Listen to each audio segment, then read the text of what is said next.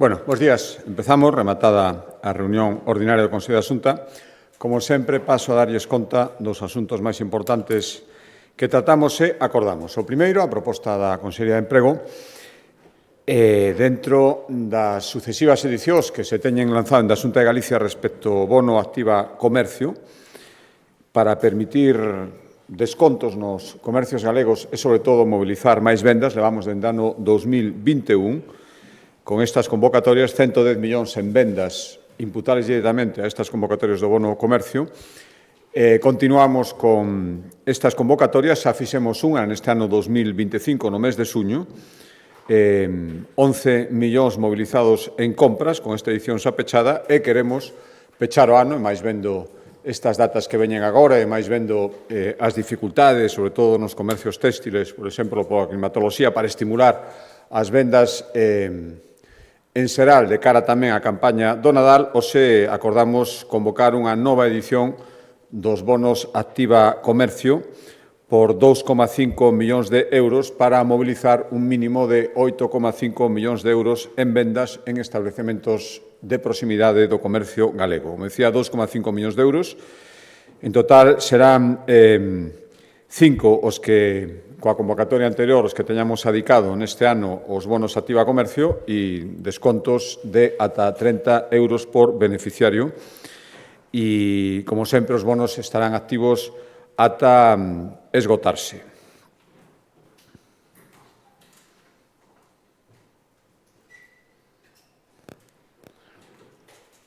Perdón, estaba vendo. A convocatoria vai a facer a partir do 5 de novembro e os comercios que xa participaron na edición de xuño, no lanzamento de xuño, pois non terán que volver a inscribirse, os que desexen facelo por primeira vez e que terán que facelo, e a partir do 5 de novembro poderán empezar a, como digo, descargarse estes bonos Activa Comercio.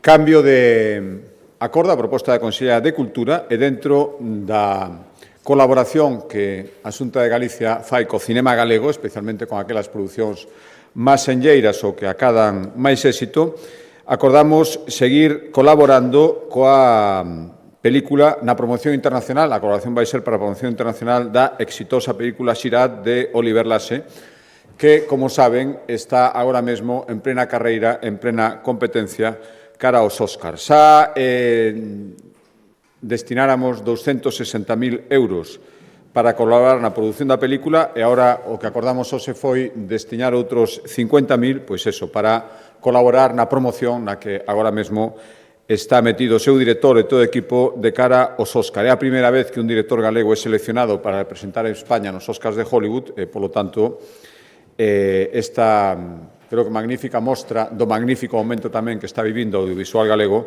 ten que verse acompañado con un apoio adicional da Xunta de Galicia. Estes 50.000 euros van destinados a axudar a produtora a ter máis presencia en festivais, actos da industria, encontros coa crítica, todo elo de cara a conseguir, como saben, no mes de xaneiro, que dá a lista definitiva dos que competirán polos Óscar, cando menos, conseguir entrar nesa lista, e para iso esta labor de promoción a que a Xunta de Galicia colaborará con 50.000 euros.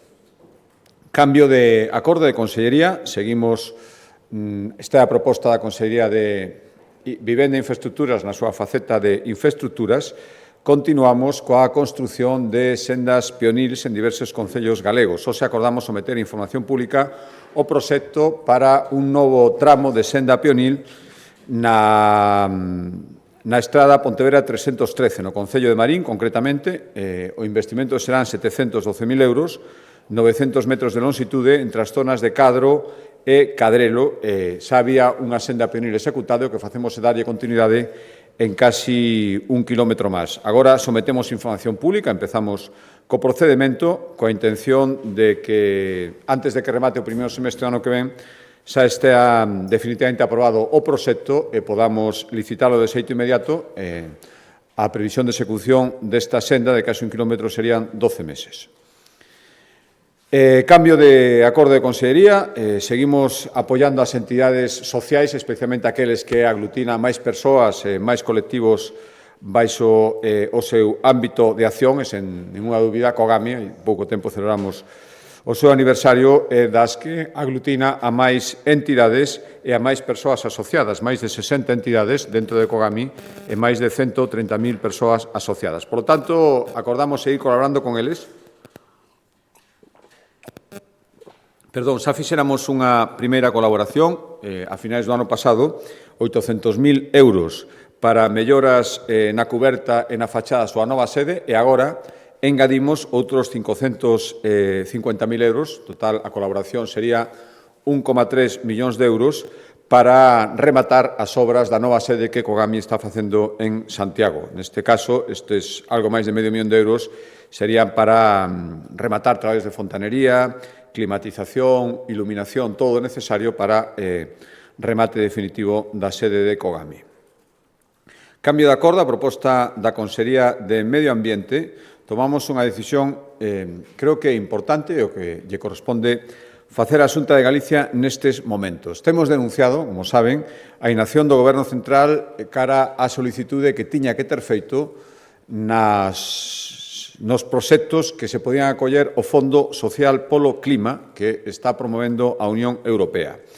O Fondo Social polo Clima para toda a Unión Europea tiña e ten 86.700 millóns de euros para proxectos que deben executarse entre o ano que ven, o vindeiro ano 2026 e o ano 2032. A España, o conxunto das comunidades autónomas, lle corresponderían 9.000 millóns de euros. Había un prazo para pedilos conxuntamente, que consistía en ir xuntando os diferentes proxectos presentados polas comunidades autónomas e os que presentara o propio Goberno Central, e optar a estes 9.000 millóns de euros. Todo isto iba englobado dentro dun plan social que, xa digo, contiña os diferentes proxectos. O prazo para facelo remataba o 30 de xuño, rematou xa, e o Goberno Central, o Goberno de España, como temos denunciado en diferentes ocasións, non presentou dentro do plazo este plan social. Por lo tanto, isto tradúcese en que poden perderse ata 6.800 millóns de euros. O conxunto era 9.000, había unha parte de cofinanciación dos que presentaban os proxectos e os outros 6.800, 75%, aportados pola Unión Europea. Galicia seleccionou os proxectos, cumpriu dende o primeiro momento, enviounos en prazo ao Goberno Central para que pudera compoñer o plan social xunto con outras aportacións, incluso pideu ser escoitada, nunca recibimos ninguna resposta e vimos finalmente como eses proxectos que enviamos non eran integrados en ningún plan social porque ningún plan social se presentou. Por lo tanto, hoxe, o que decidimos é trasladarlle directamente á Unión Europea os proxectos galegos que optan o Fondo Social polo Clima, dado que non foron trasladados dentro do marco sinalado. Falamos de máis de 60 proxectos por un importe de casi 2.000 millóns de euros. Por dares un exemplo, destes 2.000 millóns de euros que compoñen o total dos proxectos, lóxicamente, non todos serían seleccionados, pero esperamos que unha parte importante deste 2.000 que presentamos, 1.460, casi 1.500 millóns de euros, irían destinados a proxectos que teñen que ver coa construción ou rehabilitación de vivendas en Galicia dende un enfoque de eficiencia e sostibilidade. Por tanto, é unha enorme oportunidade que non foi aproveitada polo Goberno Central e imos intentar que con este envío directo e as explicacións subseguintes, cando menos poida dar a posibilidade de que Galicia opte a estes cartos que, insisto, iban destinados a España e non foron pedidos polo noso Goberno.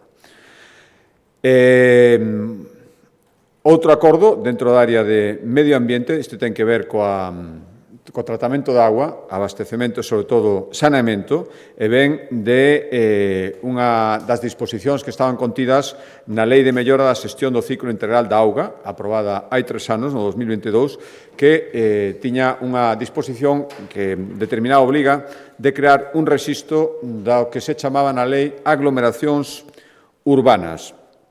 Que son as aglomeracións urbanas? Pois son conxuntos de núcleos urbanos ou industriais que pola súa proximidade ou pola identidade na actividade, porque fan unha actividade común, serán augas residuais dunhas características parecidas que teñen e poden e teñen que ser recollidas e tratadas de xeito conxunto. Isto é o que é unha aglomeración urbana e, además, o feito de delimitalas permite tamén coñecer en detalle as infraestructuras hidráulicas que hai en cada zona, en que estado están, se están preparadas para atender o que demandan estas aglomeracións urbanas e, polo tanto, o que fixemos hoxe, insisto, a beiro desta disposición da Lei do ano 22, é darlle o visto e prace o primeiro rexistro de aglomeracións urbanas de Galicia para facer unha radiografía da situación das redes de saneamento na nosa comunidade. Galicia vai ser a primeira comunidade autónoma que conte cunha ferramenta deste tipo que vai permitir mellorar a planificación das actuacións que haya que facer e as melloras nesas actuacións á vista desta nova figura. Ademais, con isto estamos cumprindo cos obxectivos e exixencias da Unión Europea nesta materia. Imos poder dicir que aglomeracións teñen unha depuradora que xa lles está servindo de abondo, onde habería que facer ampliacións, incluso unha nova depuradora. Se están cumprindo os niveles axeitados de depuración en función da poboación, das zonas onde están, do tipo de material que se produce de xeito industrial. Este novo rexistro, que se dimos o visto bo, vende un traballo previo que permitiu identificar ou se valida, lle dá plena potencia, plena validez a este rexistro. Decía, este traballo previo identificou 471 aglomeracións urbanas en Galicia a efectos de saneamento e depuración. 177 na provincia da Coruña, 100 en Pontevedra, 70 en Lugo e 124 en Ourense. Cambio de consellería, sector primario, acordos da Consellería de Medio Rural.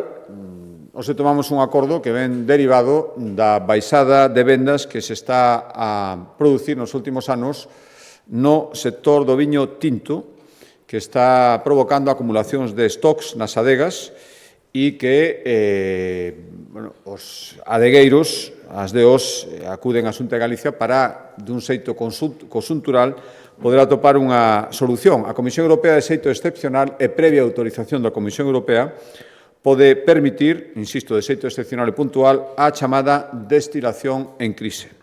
É dicir, que permitir que os produtores afectados por esta acumulación de stocks polas baixas vendas poidan acceder á destilación deste viño para convertelo en alcohol de uso industrial.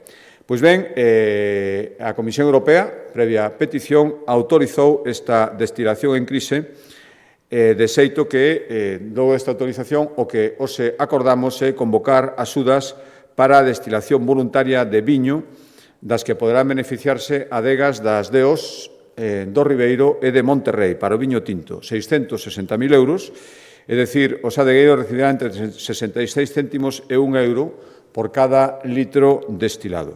Xa levamos esta medida no 2024, na Ribeira Sacra, neste caso, afectou a 15 adegas, foron 350.000 euros e, insisto, isto é unha medida excepcional, conxuntural, que ten que estar previamente autorizada pola Comisión Europea e que o desexable é non ter que adoptala, se pode ser ninguna vez máis, e, dende logo, non de xeito regular. Entendemos que estas dúas veces a necesidade de excepcionalidade así o aconsellaba, pero non pode, en ningún caso, ni se vai convertir nunha medida, ninguna práctica estructural.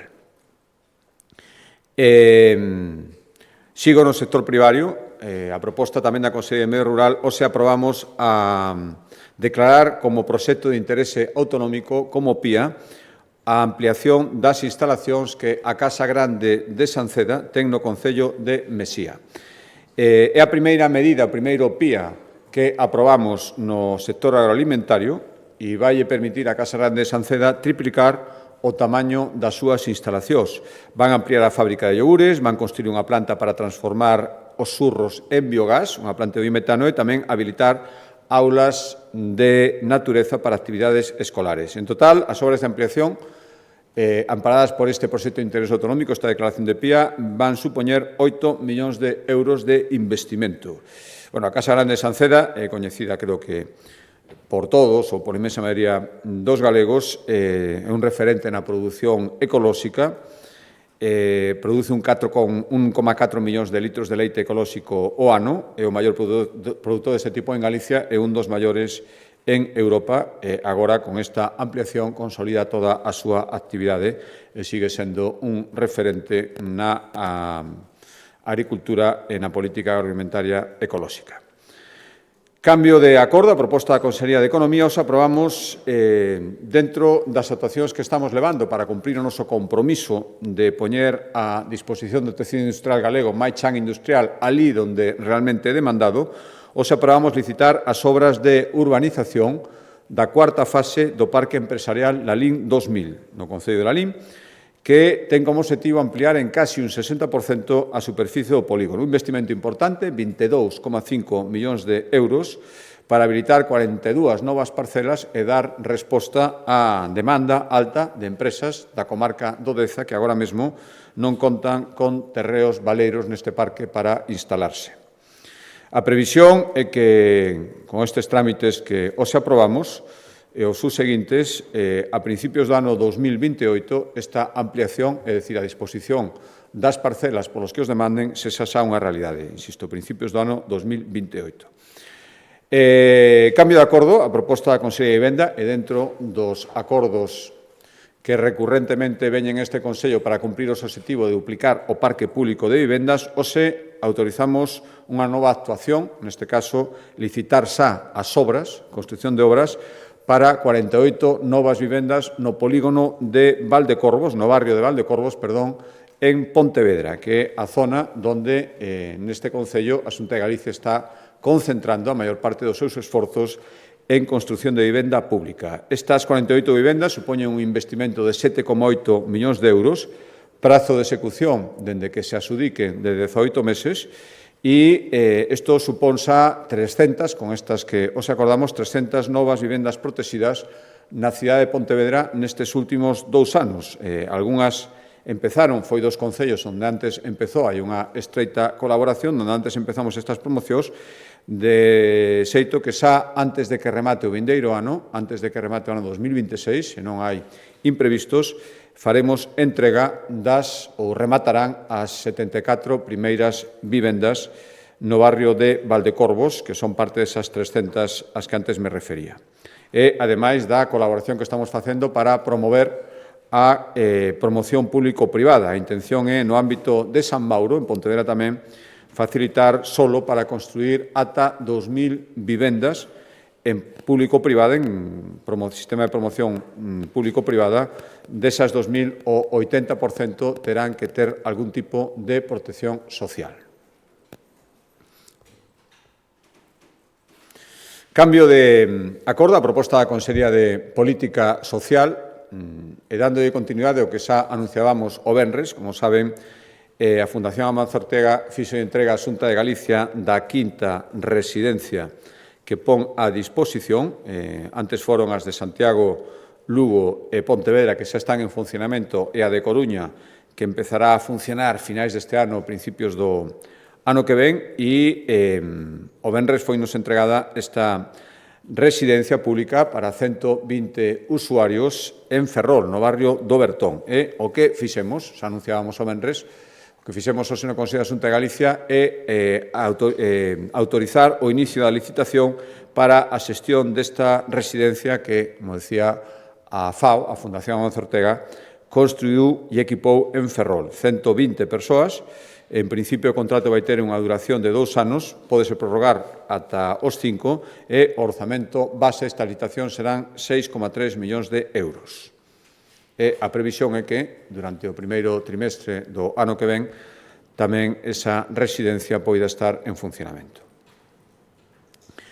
A proposta da Consellería de Política Social, tamén, outro acordo a proposta desta Consellería, autorizamos a firma dun convenio para recibir algo máis de 52 millóns de euros procedentes do Goberno Central dentro da aportación que lle corresponde facer o sistema de dependencia galego. Técnicamente, o nome é nivel acordado, unha cantidade en función das persoas que van entrando no sistema de protección. Estos son 52 millóns de euros. Sería parte do financiamento que se vai adicar ao sistema de dependencia en Galicia, en total 844 millóns de euros. A día de hoxe superamos xa os 90.000 dependentes atendidos. Era o obxectivo que teñamos cando remataron o ano 2025 e a finais do mes de outubro chegamos con 2 meses de antelación a ese número que tiñamos fixado como cantidade para 12 meses, en gran parte gracias ao plan de choque que agora corre o risco certo de paralización logo do recurso presentado ante o Constitucional polo Goberno Central. Por lo tanto, a Xunta está cumplindo, o Goberno Central non só non está cumplindo, porque estes 52 millóns de euros, ni moito menos, sumadas outras aportacións, chegan ao 50% que tiña que aportar. Ao mesmo tempo, pois, presenta este recurso para nós incomprensible que pode supoñer a paralización do plan de choque que introduciu a máis de 10.000 persoas a maiores neste ano que xa está no sistema de protección e que fan cumprir o objetivo incluso 2 meses antes do que estaba fixado. O desequilibrio acumulado, se non hai un ingreso co que non contamos, o que se produzca nestas datas, a finais de 2026, sería de casi 3.000 millóns de euros das cantidades adevedadas dese 50% que se vai acumulando cada ano que non se ingresan. Estes 52 forman parte, por lo tanto, damos conta deles, pero ni moito menos chegan ao nivel as cantidades que por lei terían que aportar. Cambio de acordo e de Consellería, Consellería de Facenda, dentro das súas competencias respecto da Axencia Galega de Novas Tecnoloxías, a proposta desta Consellería demoslle o visto e prace a un plan que vai permitir que os trámites administrativos que son máis frecuentemente utilizados polos administrados frente á Xunta poidan realizarse totalmente ou, polo menos, na súa meirande parte de xeito digital. En definitiva, seguimos avanzando no proceso de digitalización dos trámites burocráticos que impulsa a Xunta de Galicia. É un plan con horizonte 2027, é dicir, serían 2 anos, 26 e 27, vanse destinar pois casi 10 millóns de euros, 9,8 millóns de euros, e o que pretende seguir introducindo, xa escomenzamos, pero ahora pisaremos o acelerador, a inteligencia artificial para facilitar e facer máis eficaces todos estes trámites, reducir o seu tempo, reducir incluso os trámites, por suposto, xa non aportar ninguna documentación que sobre en poder da Xunta de Galicia por outro trámite, ainda que sea diferente, reforzar a tramitación especialmente dirixidos a certos colectivos que ata agora tiñan que solicitar que se produciran renovacións que a partir de agora ou prórrogas vanse producir de xeito automático, especialmente todo o que ten que ver co carnés ou licencias que teñen un prazo temporal. Imos impulsar que cada vez máis trámites se poidan facer polo móvil, polo móvil, basicamente, que é o que máis se está utilizando para facer estes trámites, e o obxectivo é que pasar da cifra actual, que nos amosa que aproximadamente un 23%, non chega a cuarta parte, dos procedementos administrativos teñen o maior nivel de digitalización, é dicir, que son prácticamente, desde que comenzan hasta que rematan, totalmente digitais. Un de cada 4 proxectos que se leva coa Xunta de Galicia se pode facer de xeito digital absolutamente. Queremos, nestes 2 anos, e logo deste plan, duplicar esta cifra e chegar ao 50%, cando menos que a metade dos procedementos que os administrados teñen coa Xunta de Galicia sexan 100% digitais e respecto aos procedementos e os trámites máis demandados, que son aqueles que teñen cando menos 100 solicitudes ou máis ao ano, esta digitalización acade o 100% do proceso.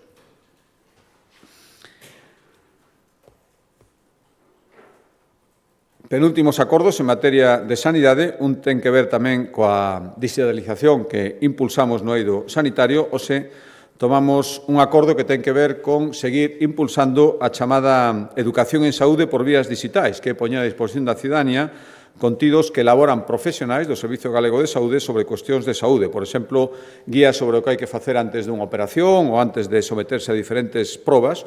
Galicia, o Servicio Galego de Saúde, leva meses traballando nun proxecto a nivel europeo para promover a educación en saúde e hoxe o que acordamos dentro deste proxecto é poñer en marcha un sistema para que o persoal sanitario dos Sergas poida prescribir, por así decirlo, contidos de educación en saúde aos pacientes, introducíndos a través do seu historial clínico, é dicir, contidos personalizados en función das súas necesidades. E, por lo tanto, os pacientes recibirán unha alerta na app Saúde cun enlace a un documento que podrán ler no seu móvil, no seu ordenador e que ten que ver cunha situación específica dese paciente. E o outro acordo tamén relacionado con sanidade e coas novas tecnoloxías ten que ver co interese perfectamente entendible que ten a Xunta de Galicia, o Servicio Galego de Saúde, en preservar os datos e a confidencialidade, os datos médicos, a confidencialidade e o dereito a intimidade dos pacientes respecto, xa digo, dos datos e das historias clínicas que teñen o Servicio Galego de Saúde. Por lo tanto, se demoslle o visto e prace a poñer en marcha unha nova ferramenta de ciberseguridade baseada en inteligencia artificial para seguir insistindo en todo o que sexa necesario para evitar accesos non autorizados aos datos clínicos dos pacientes. Son 925.000 euros o custe desta nova ferramenta, e xa digo, vai dirixida a protexer e garantir a confidencialidade das historias clínicas, todo o que ten que ver coas prescripcións que se fan a través da receita electrónica. O que vai facer este sistema é monitorizar en tempo real todos os intentos de acceso sospeitosos que pode haber aos programas do Sergas e calquera anomalía, e, por tanto, para detectala, chegar a quen está intentando acceder de xeito presuntamente ilexítimo e poder impedila. E o último acordo, que explicará máis polo miúdo o Consello de Educación, ten que ver coa posición punteira, amosada a través de diferentes acordos que veñen neste Consello, que Galicia está cadando en materia de I+D. Estamos a convertirnos, además, nunha referencia de I+D en sectores estratégicos, a inteligencia artificial, a computación cuántica, a biotecnoloxía, e queremos seguir por aí. Imos ser unha das únicas 6 territorios, imos ser un dos únicos 6 territorios, que acollan unha fábrica de inteligencia artificial, 6 en toda Europa, e unha delas vai estar en Galicia, e isto, ademais, vai acompañado de un incremento que levamos verificando en diferentes orzamentos en materias de I+D. Todo isto ten que ir acompañado con un marco normativo axeitado que dea facilidades para seguir con este proceso. A actual normativa, que ten que ver con algo tan cambiante, tan dinámico, tan evolutivo como o I+D, data do ano 2013. Por lo tanto, o que acordamos foi iniciar a tramitación da nova Lei de Ciencia e Innovación de Galicia, que vai facilitar o desenvolvemento do noso I+D e adaptar a normativa actual. O reto do sector é facilitar que esta normativa estea pensada nunha evolución que nos últimos anos foi vertixinosa e ten que ser moito máis nos anos vindeiros. Por lo tanto, poñeremos o foco nesta normativa na atracción do talento, na transferencia do coñecemento e na promoción do I+D tamén nas empresas. Pero para explicarlo máis polo miúdo, doi a palabra ao conselleiro.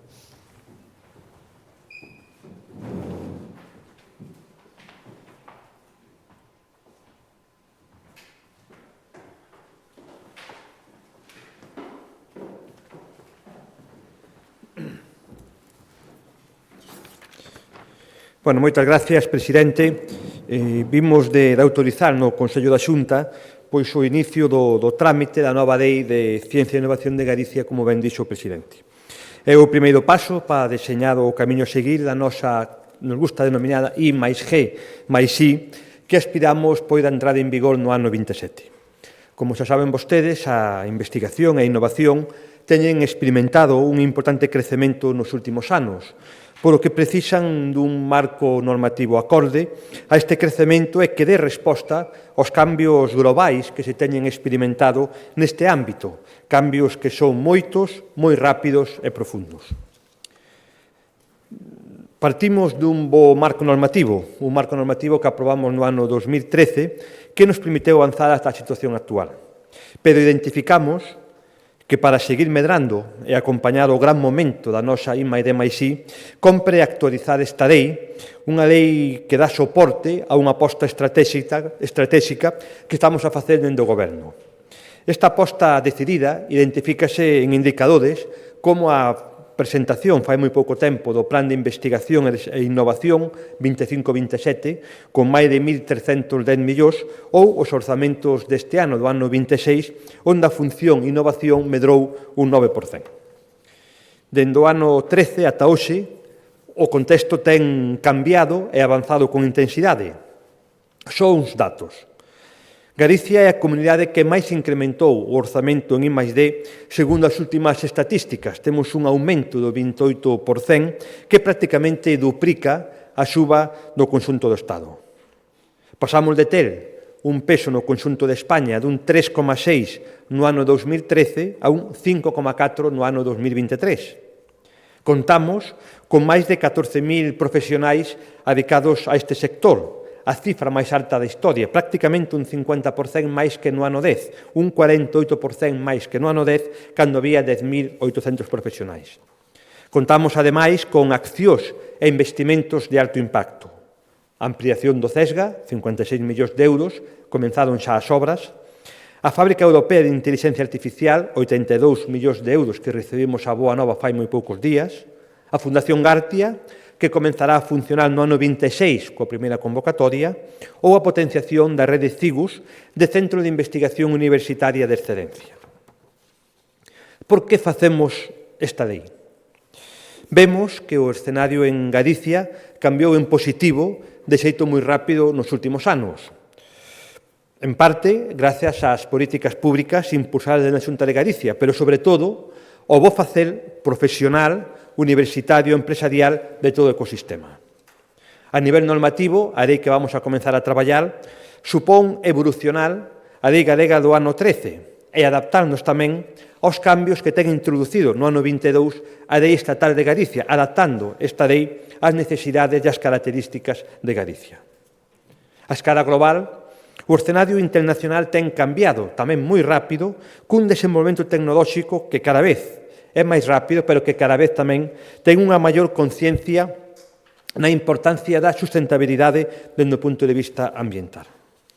A ciencia e a innovación compiten a escala internacional e debemos ter-o presente nos nosos marcos regulatorios. Outro porqué é facer fronte aos desafíos de futuro e adaptar as bases da nosa política científica a ámbitos como é a gobernanza, a transferencia, o persoal ou facer a ciencia atractiva polo investimento privado. Queremos deseñar a Galicia do futuro, a Galicia da ciencia, a Galicia do coñecemento, e creo que temos alicerces sólidos para que a I+D+I contribúa cada vez máis á Galicia calidade que estamos construindo entre todos. Unha Galicia calidade onde a ciencia e a innovación deben ter un papel fundamental, porque somos conscientes de que a sociedade e a economía do futuro será, en parte, a sociedade do coñecemento e tamén a sociedade da ciencia. Para que facemos esta lei? A nova lei regulará aspectos moi relevantes para seguir mellorando e incidir en algúns campos que paso a detallar a continuación. Primeiro, a especialización. A queremos facer para apostar por a planificación e a coordinación do sistema galego, con boas estructuras de gobernanza e xestión e claramente enfocada a áreas estratégicas na que somos especialmente bons para competir. En segundo lugar, o financiamento, para deseñar e garantir un financiamento estable e plurianual, onde o esforzo inversor da administración pública debe ir tamén acompañado do sector privado, é dicir, facer atractivo a ciencia ao sector privado con incentivos fiscais ou outros instrumentos para captar investimentos privados. En terceiro lugar, recursos humanos, para ordenar e mellorar a carreira investigadora, incorporando, de feito, o decreto aprobado no ano 24 e tamén con medidas para o retorno do talento con indicadores de avaliación de resultados. Cuarto lugar, transferencia, para impulsar a transferencia efectiva do coñecemento, para favorecer así a creación e o fortalecemento de empresas de base científica, fundamentalmente startups e spin-off, tendo moi en contacto, incrementando o contacto entre a universidade e a empresa, mellorando a alianza entre as mesmas, é dicir, entre a investigación e o mercado. Quinto lugar, infraestructuras científicas, para rentabilizar o aproveitamento das infraestructuras científicas e tecnolóxicas, propiciando mecanismos e regulando mecanismos de uso compartido e de xestión coordinada. Sexto, novas tendencias en ciencia, para adaptarnos á configuración de novos modelos de investigación e innovación que fai 12 anos prácticamente non existían, como pode ser a profundización e a presenza que ten actualmente a inteligencia artificial e as diferentes posibilidades que ofrece o proceso de digitalización. Sétimo, difusión territorial, para apostar por a innovación territorial e o apoio ás PEMES, mellorando o acceso aos fondos de innovación, simplificando e reducindo os trámites burocráticos e priorizando que calquera galego, viva onde viva, poida beneficiarse grazas aos plans locais de I+D+I que aquí se regularán. Octavo, ciencia aberta, para impulsar o que se denomina ciencia aberta, ética e responsable, fomentando aspectos como a divulgación, a educación científica, a participación cidadá e unha maior interacción entre a comunidade científica e a sociedade. Como o faremos? Como vai ser todo o proceso de redacción da lei? Como sempre facemos, contaremos con achegas e suxestións de todos os axentes deste ecosistema. Para coordinado, crearemos unha comisión de redacción da lei que vai estar integrada por diferentes departamentos da Xunta, Facenda, Sanidade, Economía, Industria, porque, como sempre digo, aínda que é desde a Consellería de Ciencia onde se realiza unha actividade de coordinación, esta lei e este programa é un programa de goberno onde participan moitas consellerías e moitas consellerías contribúen ao éxito da investigación e da innovación. Será tamén fundamental a participación da denominada Comisión Interdepartamental de I+D+I. Deste xeito garantizamos a cohesión e a coherencia institucional do que facemos. E, por suposto, terá un papel moi significativo o Consello Asesor de Investigación e Innovación de Galicia, que aprobamos fai moi poucos consellos, que aportará unha visión estratégica da lei. É dicir, será unha lei dialogada e consensuada, froito dunha aposta pola diversidade de voces e tamén pola unidade de acción da Xunta de Galicia. O que hoxe aprobamos no Consello é unha ventá cara ao futuro, é un compromiso do Goberno coa ciencia, con todo o que significa, como un dos motores fundamentais do desenvolvemento futuro de Galicia.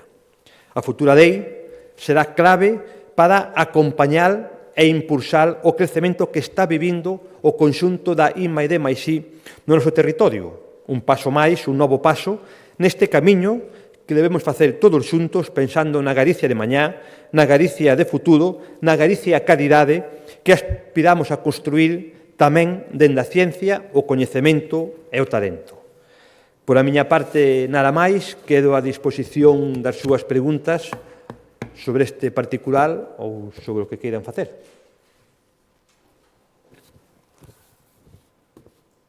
Se non hai preguntas, moitas gracias.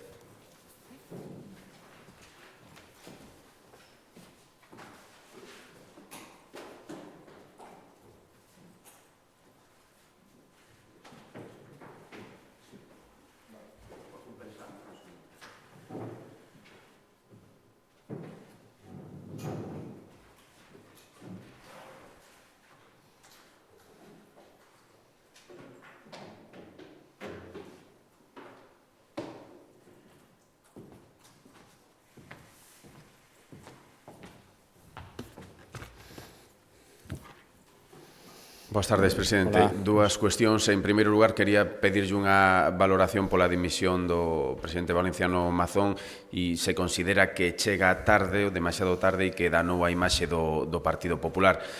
Por outro lado, quería preguntarlle, diversos expertos económicos apuntan a eivas nos presupostos da Xunta e din que son unha autoemenda, sobre todo en materia de vivenda e de incendios. Que lle parece? Gracias.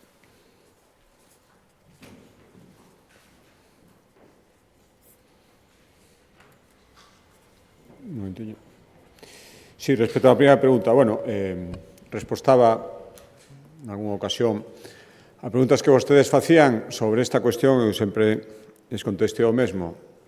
A decisión de renunciar, dimitir ou non, era unha decisión persoal e o presidente Mazón tomouna e anunciouna esta mañán. Eu, sinceramente, creo que escoitando ademais as súas razóns e estando presente outro día ademais no funeral en Valencia, creo que fixo o correcto e o aceitado. Que pena que non cundo exemplo algúns que teñen moita responsabilidade sigan actuando tamén na dana con esa soberbia e con facer ver que non vai nada absolutamente con eles. Escudábanse sempre no presidente Mazón, non sei o que farán a partir de agora, sinceramente. E respecto a outra pregunta, mire, primeiro, eu sempre digo mesmo, estou encantado de que se poida discutir sobre uns orzamentos que existen, que están presentados un ano máis no Parlamento de Galicia e, por lo tanto, sobre os que se pode opinar, sobre os que se pode ter, lóxicamente, diferentes valoracións. Eu agardo que estes orzamentos sexan aprobados novamente polo Parlamento e o que podo asegurar é que creo que, aparte de cumprir coa nosa responsabilidade, e volvo a poñer en valor o que significa ter orzamentos cada ano, o incumprimento, incluso da Constitución, que é nin tan siquiera presentalos, o que intentamos é respostar ás necesidades de Galicia, que son cambiantes, e ser un goberno dinámico. E, por lo tanto, se nun ano temos que facer unha especial reforzamento de algunha política, priorizándoa sobre calquera outra, pois hai que facela. Non creo que sexa, de todas maneiras, o caso nin da política de vivenda. Levamos, dende o principio desta legislatura, e xa antes mo teñen escoitado, dicindo que ten que ser unha política prioritaria, e creo que o amosamos non só nos orzamentos que volven medrar en materia de vivenda, sino en cada luns nos Consellos da Xunta de Galicia, onde sempre temos acordos relacionados con incrementar o parque de vivenda. Respecto á política industrial, aí teño tamén clarísimo que non temos cambiado. Galicia necesita proxectos que aproveiten as nosas propias posibilidades e que pechen aquí ciclos productivos baseándose nos nosos recursos naturais, sempre cando, por suposto, cumpran a lei. Eso é o condicionante básico e, polo tanto, volvo a decir algo que me escoitaron moitas veces. A política industrial da Xunta de Galicia seguirá consistindo en impulsar aqueles proxectos que consideramos de futuro e que acrediten que son respetuosos co medio ambiente. Buenas tardes, presidente. Quería conocer también su opinión sobre el otro gran tema de actualidad nacional, quizás, que es el juicio al fiscal general del Estado, Álvaro García Ortiz. Quería saber un poco su valoración, su visión general sobre el tema y también qué opina de que la Abogacía del Estado haya pedido ahora la nulidad de la investigación por considerarla injusta y, en teoría, también haberle puesto en una situación de indefensión. Muchas gracias. Sí, bueno, é certo que, como vostede decía, é outra gran noticia do día, eclipsada pola actualidade máis rabiosa ou máis inesperada, polo menos na data da dimisión do presidente Mazón, pero creo que isto é algo que non nos pode deixar de perder o foco sobre a situación absolutamente inédita e, na miña opinión, absolutamente inadmisible de que un fiscal xeral en exercicio se sente nun banquillo con todas as circunstancias que isto supón.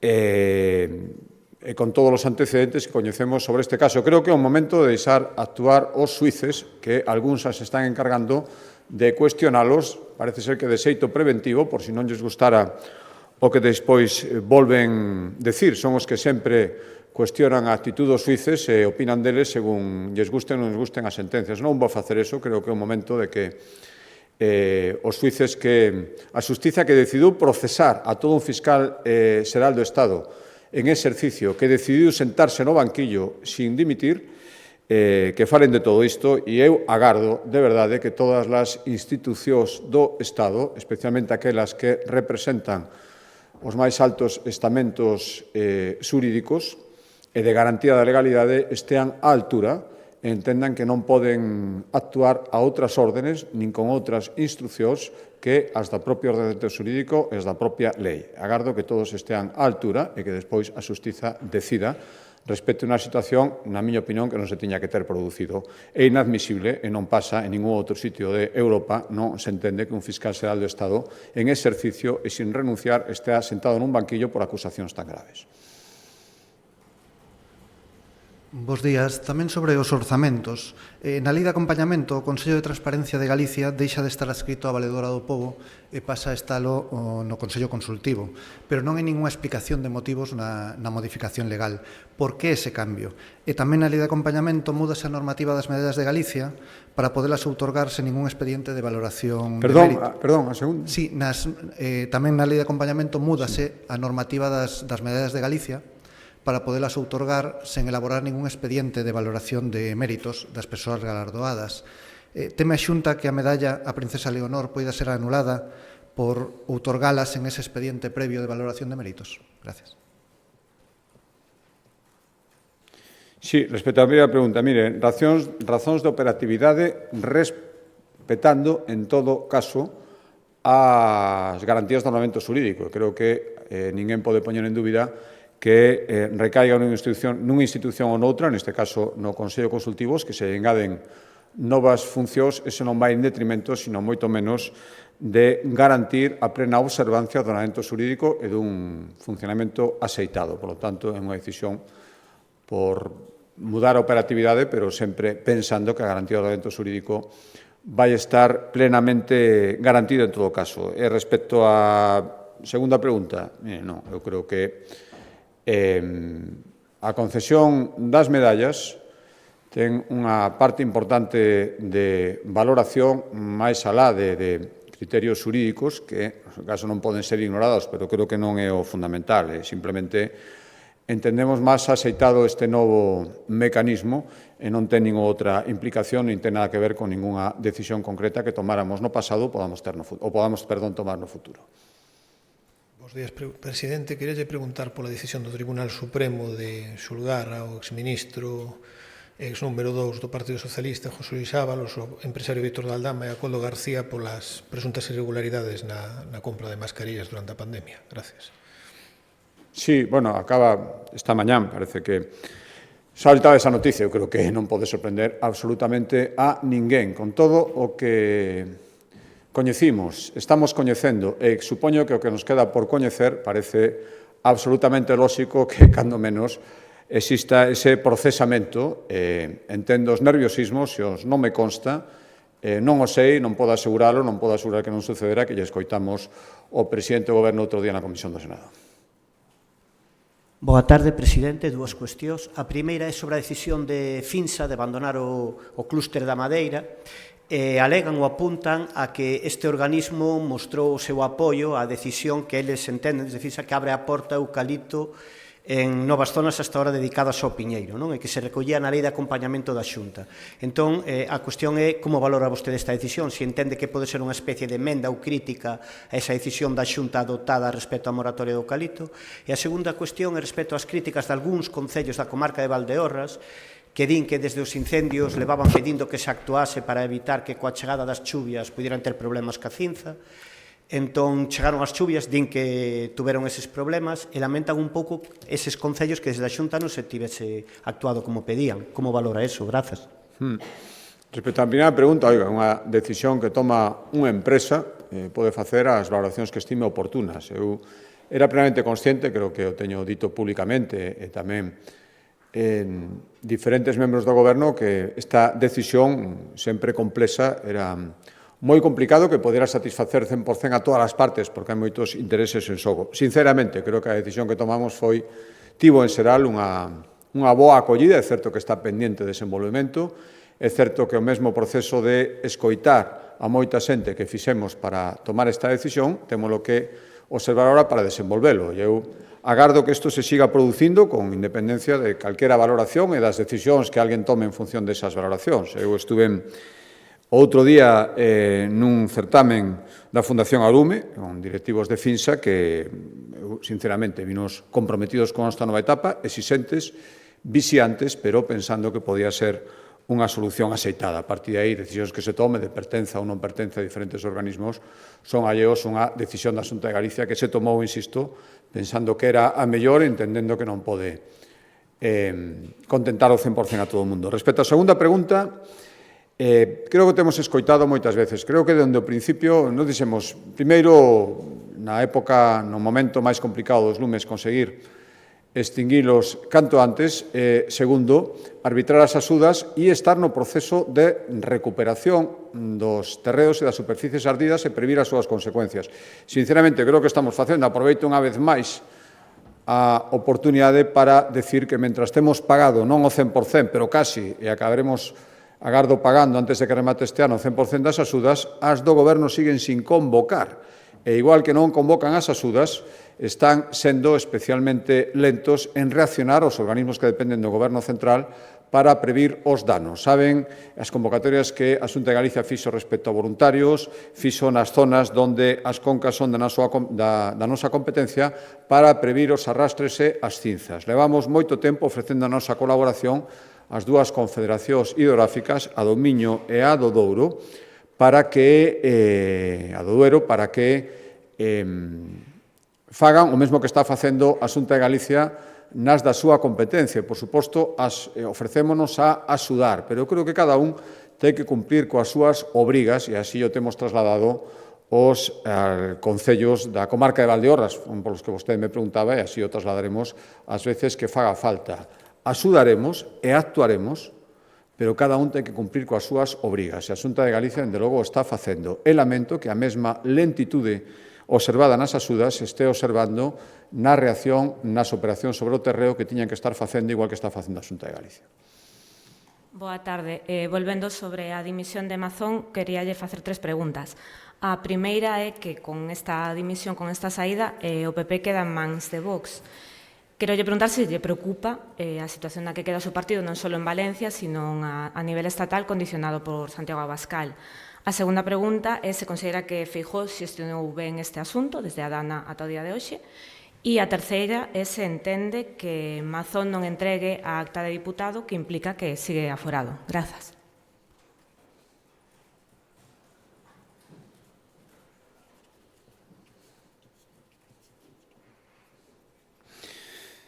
Sí, en mans de Vox, o PP ten unha maioría parlamentaria, é certo que non é maioría absoluta, pero unha maioría parlamentaria nas Cortes Valencianas e, polo tanto, o presidente Mazón apelaba a a maioría que lle permitiu ser presidente da Generalitat no seu momento para que permitan unha transición e garantir a gobernabilidade e, por certo, non esquezamos o que, na miña opinión, opino desde fora, pero creo que coincido con moitísima xente, sigue sendo máis importante que o proceso de reconstrucción que ni moito menos este rematado e para iso necesita un goberno que siga funcionando e, polo tanto, o que piden é, lóxicamente, poder seguir facer eso posible conformando unha maioría que permita investir novo presidente e novo goberno. Eso cada un pode interpretar o que para mí, dende logo, significa eso nada máis e nada menos.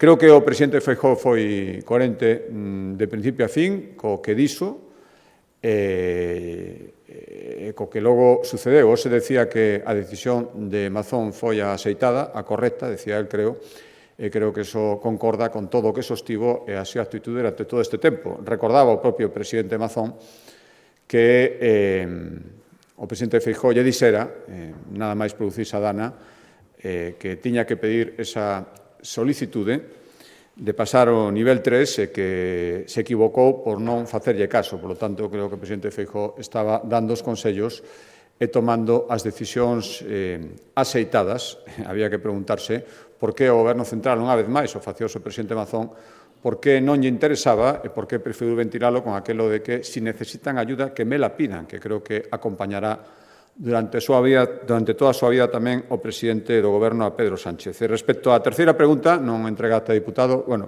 parece ser, a verdade é que tampouco tiven moito tempo hoxe mañán de Consello da Xunta para saber os detalles, non sei se definitivamente foi o que dixo ou que non, en todo caso, volvo a decir que, igual que a dimisión é unha decisión persoal, permanecer ou non como diputado o é tamén, que supoño que aqueles que lle pedían a súa dimisión, no fondo, pretendendo que permanecera para seguir poder pedindo a dimisión e tapar as dimisións de outros e outras que non se van producir, agora cambiarán o foco e dirán que o problema é que sigue diputado e que vai seguir, non o sei, coa intención de seguir tapando a outros que non admiten nin asumen a mínima responsabilidade e, na miña opinión, tamén as teña.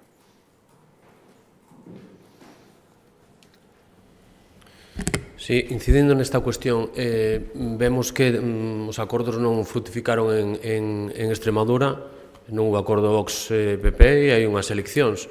Cree vostede que en Valencia debería haber tamén unhas eleccións si non hai ese acordo ou se dilata no tempo, porque unha das cuestións que piden os afectados que isto se resolva canto antes.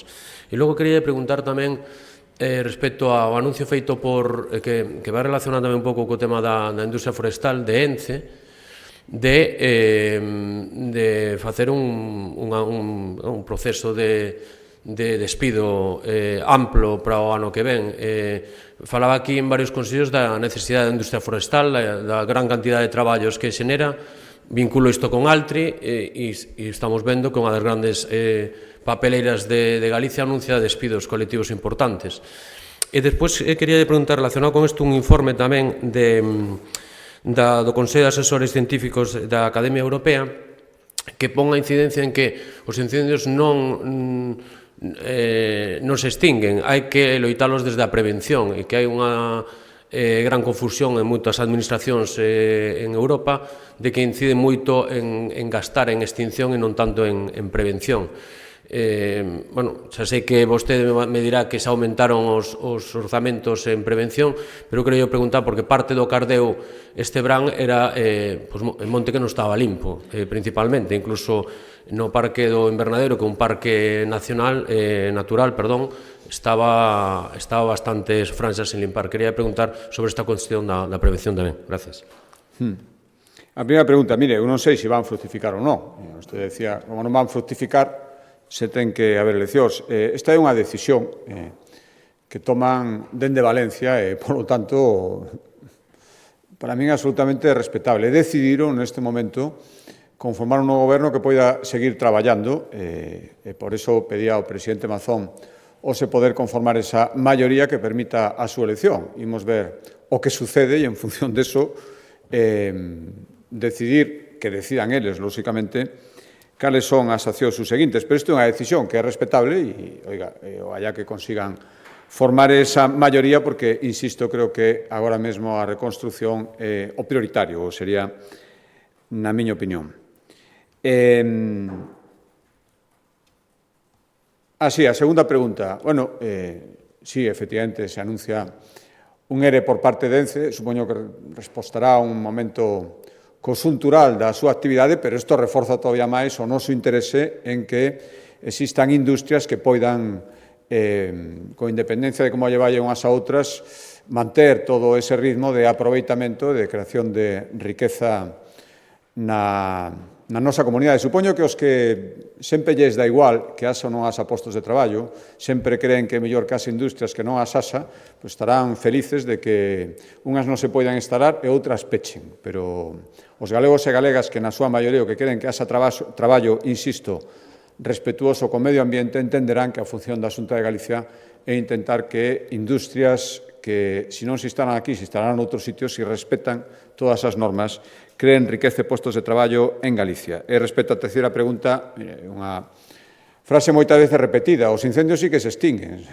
que hai que extinguilos, é dicir, non se extingue, o que hai que facer é prevención, non hai que facer prevención e cando se produce un incendio, facer todo o posible por extinguilo canto antes. Estou de acordo nas dúas cousas, e prevención xa estamos facendo. Vostede decía que, eu insisto, pero que é certo, volvimos a aumentar, decía outro día que imos ser especialmente exixentes aínda máis e colaboradores cos concellos para que as labores de limpeza, que tamén son labores de prevención, ao redor das franxas e dos núcleos de poboación, se fagan dun xeito estricto, se fagan con rigor, e se fagan, que hai casos nos que nin siquiera isto é unha realidade. É o que podemos facer, e seguimos aumentando, ademais, o período de traballo das brigadas para que nestes meses de choiva podan facer tamén labores de prevención. Claro que hai que aumentar e mellorar a prevención, tamén a normativa que introducimos este ano tamén na lei de acompañamento para mellorar